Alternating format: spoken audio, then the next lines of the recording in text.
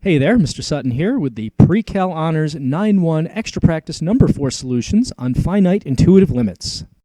For this problem, we're exploring the behavior of the graph of f around x equals 4, or negative 4 actually. So taking a look at part A, they want the left-sided limit as x approaches negative 4, and then we need the right-sided limit and the two-sided limit and the function value.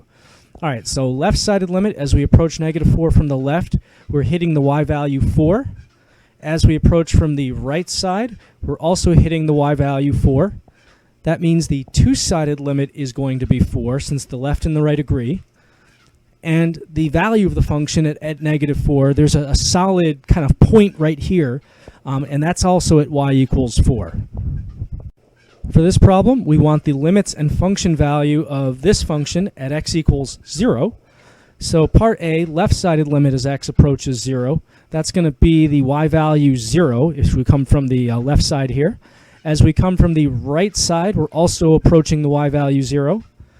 That means the two-sided limit is going to be 0. We're approaching 0 from both sides as we approach x equals 0 from both sides. And then finally, the function value at 0, well, on the graph, there's actually an open dot right there, and there's no solid dot. So that means our graph does not exist at f of 0. For this problem, we're trying to find the limits and function value of this graph at x equals 5. So for part A, as we approach 5 from the left side, like so, we have the y value negative 5. As we approach in part B from the right side to x equals 5, well, now that's the y value positive 5 here. Since these two values do not match up, the left and the right limits do not agree, that means the two-sided limit does not exist. F of 5 is going to be wherever there's a solid dot at x equals 5. Taking a look here, there's no solid dot anywhere, so this function does not exist at x equals 5. For this problem, we're trying to figure out limits and function values of f of x on this graph at x equals negative 1. So part A, approaching negative 1 from the left side, that's the y value 3. Same thing for the right side, as we go from the right side there. Since the left and the right side both agree, that means the two-sided limit at x equals negative 1 is also 3. And then finally, f of negative 1, that's the actual function value at x equals negative 1. Well, as we look at x equals negative 1, there is a solid dot at y equals 5, so that's the actual function value, that's the actual f of negative 1 value, which is different from the limit.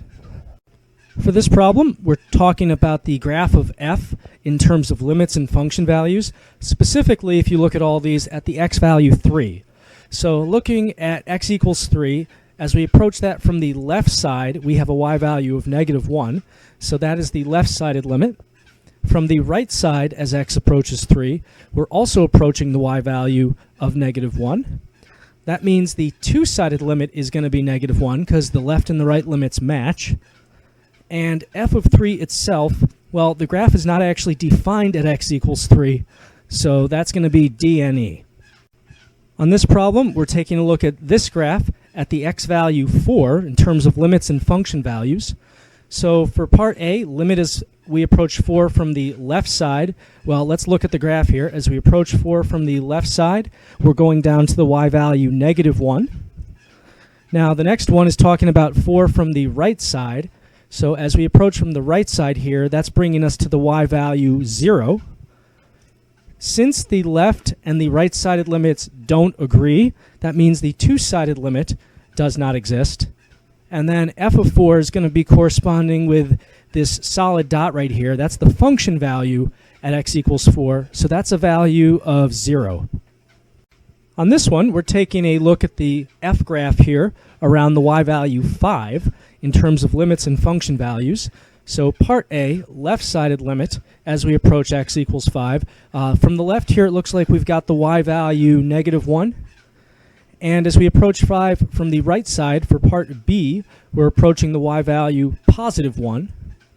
So therefore, the two-sided limit, because the left and the right limit don't match up, the two-sided limit does not exist. Now for f of 5, that's the value of the function at x equals 5.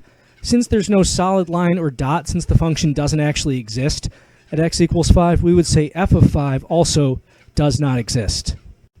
On this problem, we're trying to figure out the limits and the value of this function at x equals 4.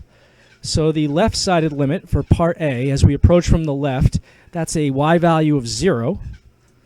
And as we approach 4 from the right side here, we're also approaching the y value 0. Since the left and the right-sided limits are the same thing, that means the two-sided limit is whatever those limits were, so also 0.